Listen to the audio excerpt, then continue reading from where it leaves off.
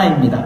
그런데 왜 이것들을 다 포기할 수밖에 없었을까요? 그것은 아마도 이 세상이 아무런 희망이 없었기 때문입니다. 삶에 희망이 없기 때문에 무엇이든 더 앞으로 나가려 하지 않고 자식과 그리고 내가 하려는 그 결혼과 이 미래에 대한 모든 소망에 대한 것들이 없어질 수밖에 없는 겁니다. 어쩌면 지금 우리가 살아가는 시대보다 더 힘든 세대가 있을까 싶지만 우리보다 더 절망적인 시대를 살아갔던 사람이 있습니다. 그 사람은 바로 오늘 말씀 에스겔서를 살아갔던 에스겔이라는 사람입니다. 에스겔은 주전 593년부터 586년까지의 사람입니다. 예수님이 오시기 전에 한 600년쯤 전에 태어났던 사람이죠. 그는 예루살렘의 멸망을 직접 목격했어요. 그리고 수많은 유다 사람들이 바벨론으로 포로로 끌려가는 것을 보았습니다. 더군다나 자기도 그 가운데 끌려갔던 사람 중에 한 명이었습니다. 강제로 이주를 당했어요. 왜냐면요, 똑똑했어요. 다른 사람들보다 지혜가 좀 많았거든요. 그리고 더욱이 이 에스겔은 나이가 많았음에도 불구하고 제사장이었어요. 그래서 바벨론에서는 쓸모가 많았기 때문에 끌고 갔습니다. 에스겔에는 부인이 있었어요. 아내가 있었는데 그의 아내는 바벨론이 예루살렘을 포위 공격할 때 당시에 그만 죽고 말았습니다. 정말로 사랑했던 아내였는데 그 아내를 위하여 우는 것조차도 슬퍼하는 것조차도 하나님께서는 허락하지 않으셨습니다. 울지 말아라. 슬퍼하지 말거라. 너무나 잔인하지 않습니까? 정말 사랑했던 내 몸과 같은 여인이 죽었는데 하나님께서는 슬퍼하지 말라고 하십니다. 왜냐하면 그 여인의 죽음은 바로 예루살렘을 예표하기 때문이에요. 하나님으로부터 떠나서 하나님으로부터 징계를 받아서 철저하게 망가져버리고 부서져버리는 예루살렘을 예표하기 때문이에요. 그 여인이 죽음과 같이 예루살렘이 철저히 파괴될 것이고, 그리고 거기에 살고 있던 이스라엘 사람들은 포로로 끌려갈 것을 하나님께서는 이야기해 주시기 위함이었습니다.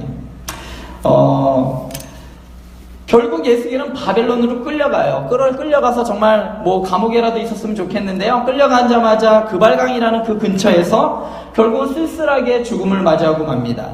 이처럼 처참한 삶을 살았던 에스겔에게 하나님은 오늘 말씀을 통해서 예언을 하라고 합니다. 바로 마른 뼈의 환상을 예언하도록 하셨습니다. 마른 뼈의 환상은 여러분들도 너무나도 많이 알고 있겠죠. 심지어는 우리 중고등부 학생들도 알고 있을 거예요. 마른 뼈가 살아나고, 우리 찬양을 통해서 많이 알고 있을 것입니다. 그런데 이 이야기가 얼마나 처참하면서도 희망적인 이야기인지 오늘 말씀을 통해서 하나님은 우리에게 말씀해주고 계십니다. 자, 이스라엘 백성이 바벨론으로 끌려간 이유가 있습니다. 그것은 바로 우상 숭배였어요. 하나님보다 더 사랑했고 하나님보다 더 의지하는 것이 있었기 때문이에요. 여러분, 무슨 부처나 무슨 동상을 만들어서 그것을 섬겼기 때문이 아니에요. 여러분들의 삶에 있어서 더 좋아하는 것, 더 하고 싶어 하는 것, 더 하나님보다 더 간절히 갈망하는 것이 있다면 그것을 하나님께서는 우상이라 이야기합니다. 이스라엘 백성들은 하나님보다 더 갈망하는 것이 있었어요. 뭐냐면 풍요예요. 풍요와 편안함을 더 갈망했어요. 그래서 그것을 주는 신들을 쫓아갔습니다.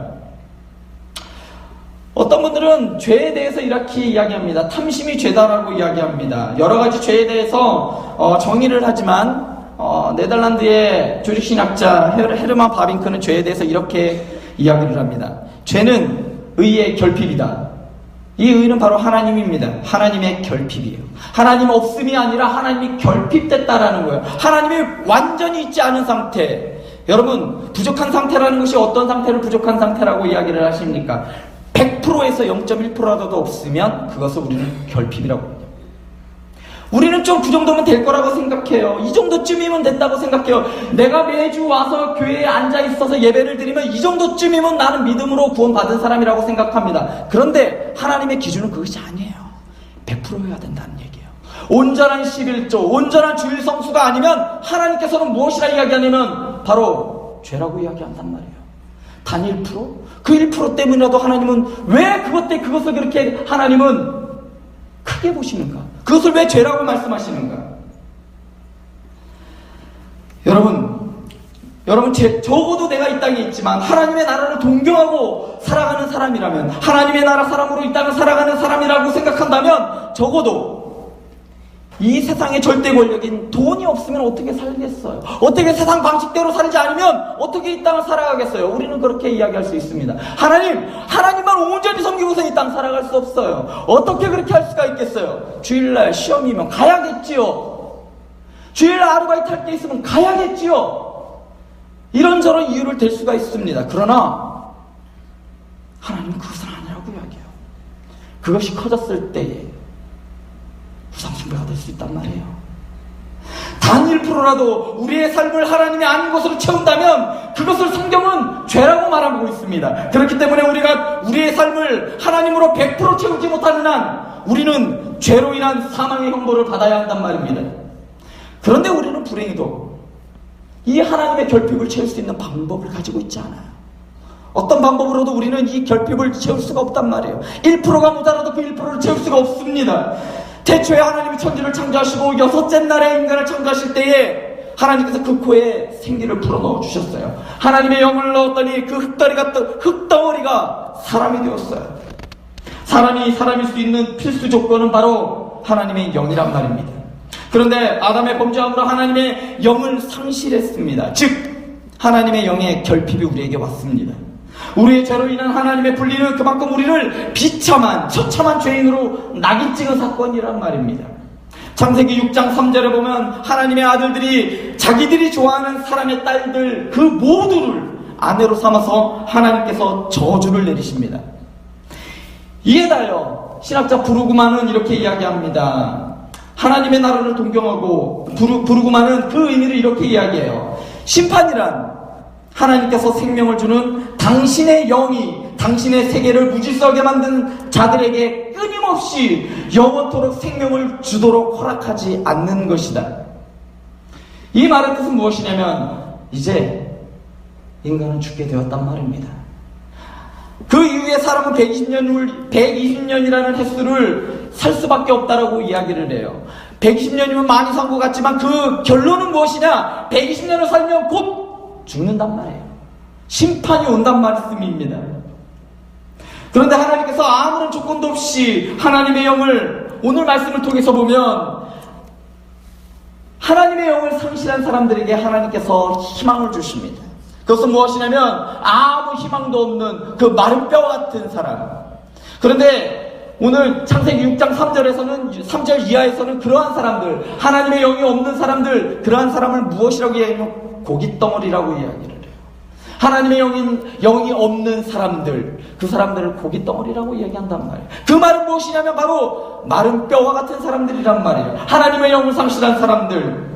실제로 이스라엘은 바벨론 포로가 되어서 희망이라고는 단 1%도 갖지 못한 절망의 상태를 갖게 되었습니다. 그런데 하나님께서 아무런 조건도 없이 하나님의 영을 마른 뼈들에게 들어가게 하시자 마른 뼈가 서로 붙고 힘줄이 생기고 가죽이 생겨서 뼈들이 살아나 군대를 이루게 하셨습니다. 이스라엘이 지금은 나라마저 빼앗겨 희망이 없이 죽은 것 같은 삶을 살지만 하나님께서 회복시켜주시고 종래에는 군대를 이룰 만큼 강성하게 해주신다는 그 약속의 말씀이었습니다. 이스라엘이 하나님께 회개하고 돌아왔을 때 하나님께서 이러한 약속을 하신 것이 아니었어요. 이스라엘은 여전히 바벨론에서 하나님을 잃어버리고 바벨론의 우상들을 쫓으면서 바벨론 사람들이 섬기던 그 우상들을 쫓아갔단 말이에요. 그들을 강하게 만들었던 그 신을 쫓아갔고 그들을 풍성하게 만들었던 그 신들을 쫓아갔습니다. 그런데 자신에게 돌아올 기미조차 없는 이 백성들에게 하나님께서는 그 옛날 아브라함에게 하셨고 다윗에게 하셨고 모세에게 하셨던 그 언약을 따라 이스라엘은 생각조차 할 수 없는 그 은혜를 하나님께서 내려주셨습니다. 신실하신 하나님은 그 약속을 잊어버리지 않았단 말입니다. 그 옛날 그의 조상들 아브라함에게 했던 약속을 기억하셔서 지금은 범죄하고 뒤돌아서고 하나님의 마음을 찢는 그들을 하나님께서는 용서해 주시고 회복시켜 주신다는 언약의 말씀을 해주셨단 말입니다. 인간은 하나님께 화해할 수 있는 방법이 없어요. 어떠한 능력으로 어떠한 희생을 치르고서라도 인간은 하나님과 화해할 수 있는 능력이 없단 말이에요. 아무리 착하게 살아봐요. 그것이 되지 못합니다. 이러한 희망조차 없는 이스라엘 백성들에게 하나님은 그 신실함을 쫓아서 언약을 이행하셨습니다. 실제로 이스라엘은 바벨론의 왕 고레스의 칙령을 받아 70년 만에 다시금 바벨론에서 고국으로 돌아오는 그 은혜를 누리게 됩니다. 하나님의 말씀이, 하나님의 언약이 이루어진 것입니다. 그런데 여러분, 이후에 이스라엘 백성은 어떻게 됐을까요? 이스라엘 나라는 여러분 어떻게 됐을까요? 영원히 지금까지 존재하고 있나요? 아니에요. 그렇지 않았습니다. 이스라엘은 회복되었지만 로마 시대를 거쳐 결국 이스라엘이라는 나라는 지구상에서 사라지고 말았습니다. 약 2000년 동안이나 이스라엘은 나라가 없었어요. 하나님께서 구원의 은혜를 베풀어 주셔서 이스라엘을 회복시켰지만 결국 눈에 보이는 사람이 세운 나라는 한계가 있단 말입니다. 영원하지 못해요. 여러분들이 아무리 여러분들의 성을 굳건히 세운다 하여도, 여러분들의 나라를, 여러분들의 터를 아무리 굳건히 단단하게 만든다 할지라도 그것은 바람에 나는 겨와 같아요. 인간이 세운 것은 한계가 있단 말입니다. 우리는 여러분 알고 있어요. 그렇기 때문에 오늘 말씀을 하나님의 영을 받아 우리의 삶의 문제를 해결하는 식으로 이해해서는 안 될 것입니다. 물론 하나님께서 우리의 삶의 문제를 해결해 주시면 좋겠지만, 자녀의 문제, 돈의 문제, 직장의 문제, 진로의 문제, 학업의 문제, 우리가 가지고 있는 그 산적한 문제들 하나님의 도움으로 해결된다면 얼마나 좋겠어요. 저 역시 하나님께서 저의 아들에게 은혜를 베풀어 주셔서 다른 아이들과 같이 정상적이었으면 좋겠어요. 전 눈을 감을 때마다 기도하는 것이 그것이에요. 제 목회를 위해서, 저희 아이들을 위해서, 저희 가족을 위해서 눈을 감을 때마다 기도하는 것이 그것이 저의 제목입니다. 그럼에도 불구하고 그것이 저의 신앙생활을 하고 있는, 제가 이 목회의 길을 걸어가는 이유와 목적은 되지 않습니다. 우리의 삶의 모든 문제가 해결되었다고 정말 우리가 행복해질 수 있고 가치 있는 삶이 될 가치 있는 삶을 살 수가 있겠습니까? 이스라엘 백성이 정말로 회복되었다면 그들의 나라가 정말로 영원하고 그들이 정말 행복하게 살 수 있었겠냔 말입니다. 아닐 거예요. 왜냐하면 우리는 여전히 죄인이기 때문이에요. 우리의 문제는 우리의 모든 바람이 이루어진다고 하여도 우리는 불행합니다. 왜냐하면 우리의 근본 대신 하나님과 분리된 우리는 결코 행복하지도 않고 온전하지도 않는단 말입니다. 이 문제를 해결하지 않고서는, 이 죄의 문제를 해결하지 못해서는 절대로 저와 여러분들은 행복할 수 없습니다. 우리의 인생은 결코 결단코 평안하지 않을 것입니다. 왜냐고요? 이스라엘의 역사가 그것을 보여줍니다. 아무리 회복된다 하여도 하나님이 있지 아니하면, 하나님과 분리된다면 그 죄로 인하여 결국은 멸망하고 만다는 것이 우리가 이스라엘 역사를 보고 아는 바입니다. 여러분, 우리 주위에 너무나도 많은 사람들이 하루하루 죽어가요. 그 죽음을 보면서 여러분들은 무엇을 느끼십니까? 나도 결국은 저들과 다르지 않는다라는 걸 저는 느낍니다. 저의 끝이 있다라는 것을 느낍니다. 저에게도 심판이 있다라는 것을 저도 느낍니다. 하나님께서 우리의 삶을 아무리 윤택하게 만들어주시고 아무리 좋게 만들어주신다고 해도 우리는 불행합니다. 아무리 건강하여 42.19km 달릴 수 있는 건강이 있는다 하여도, 저기 보이는 북한산을 담슴에 걸어 올라갈 수 있는 건강이 있는다 하여도, 심지어는 120년, 150년을 살 수 있는 그 건강이 있는다 하여도 우리는 불행합니다. 이 죽음의 문제, 즉 하나님의 결핍의 문제를 해결하지 않고서는 마른 뼈에 근육이 붙고 다시 살아나듯 제 아이의 손에 근육이 붙고 참 장기가 온전해지는 그러한 경험을 한다고 해도 결국은 불행해질 것입니다. 아무리 불치병을 낳는다 해도 불행해요. 죄의 문제를 해결하지 못하면. 그렇다고 오늘 말씀에 마른 뼈의 환상을 보여주신 그 의도가 불필요하다라고 말씀드리는 것은 아닙니다. 우리는 이 말씀을 볼 때 우리 마른 뼈의 회복에 무게를 두는 것이 아니에요. 우리는 이렇게 하나님 하면 이렇게 회복시켜 주시는구나, 이것에 초점을 맞추는 것보다는 그들을 회복시켜 주시는 하나님의 영에 우리는 초점을 맞춰야 할 것입니다. 우리의 삶이 회복되고 우리가 정말로 이 죄의 문제를 회복할 수 있는 것은 결국 하나님의 영을 회복하는 것입니다. 하나님의 영이 우리와 함께 할 때에 우리는 이 모든 문제들을 해결할 수 있는 것입니다. 우리의 삶이 회복되고 우리의 삶이 윤택해지고 우리가 건강해진 것이 중요한 것이 아니라 우리 안에 하나님의 영이 회복되었다는 것, 그것이 중요하단 말이에요. 예수님께 나온 수많은 병자들이 예수님께 나음을 구했습니다. 예수님 낫게 해주세요. 그리고 나음을 받았어요. 심지어는 죽어갔던 사람들까지 우리 나사로 좀 살려주세요. 그래서 예수님께서 나사로를 살려주셨어요. 그런데요, 그 다음은 어떻게 됐는데요? 아무리 예수님이 고쳐주셨어도, 아무리 예수님이 살려주셨어도 결국은 우리는 죽을 인생이란 말입니다. 그것이 우리의 추구하는 목적이 되어서는 안 될 것입니다. 사랑하는 사람이 죽는다면 간절한 바람은 다시 살아나는 것입니다. 그러나 잘 생각해 보시기 바랍니다. 예수님이 고쳐주시고 얼마나 더 살았습니까? 예수님께서 다시 살리신 나라로 또한 얼마나 오래 살았겠냔 말입니다. 하나님께서 이 세계를 통하여 마른 뼈의 환상을 통해 우리에게 말씀하시고 싶은 것은 우리의 삶의 회복이 아니라, 우리의 나음이 아니라, 아담이 하나님께 범죄함으로 상실했던 하나님의 결핍, 하나님의 영의 상실, 그러한 상태의 회복이란 말입니다. 예수를 죽은 자 가운데서 살리신 이의 영이 너희 안에 거하시면 그리스도 예수를 죽은 자 가운데서 살리시니가 너희 안에 거하시는 그의 영으로 말미암아 너희 죽을 몸도 살리시리라. 사도 바울은 이 부활을 믿었어요. 하나님의 영이 회복되면 사람이 살아난다는 것을 믿었습니다. 그것뿐만 아니라 예수 그리스도를 살리신 영이, 그 영이 나와 여러분 또한 부활의 소망을 갖게 하신다는 것을 믿었단 말입니다. 많은 것을 가지고 있고 많은 것을 누리고 있다 하여도 겸손하게 만들 수 있는 그 부활, 마찬가지로 매일매일 궁핍한 삶을 살고 하루하루 살아가는 것이 숨이 막혀서 더 이상 살 힘마저 없고 벼랑 끝에 삶을 살아가는 사람이라 할지라도 불행한 인생이라 말할 수 없는 그 부활의 감격,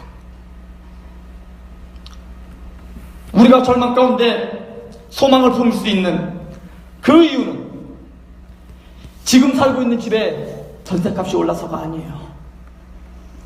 지금 내 자식이 잘 돼서가 아니란 말입니다. 좋은 직장, 좋은 대학에 가서 살만한 것이 아닙니다. 죽은 자에게 생명을 주시고 마른 뼈와 같이 소망 하나 없는 그러한 삶을 살아가는 우리에게 예수 그리스도의 부활을 따라 우리에게도 부활의 소망을 갖고 살아주시는, 그 부활의 소망을 주시는 그 하나님의 영이 충만한 그 하나님의 삶을 누리는 저와 여러분들의 삶이 될 수 있기를 바랍니다. 기도하시겠습니다.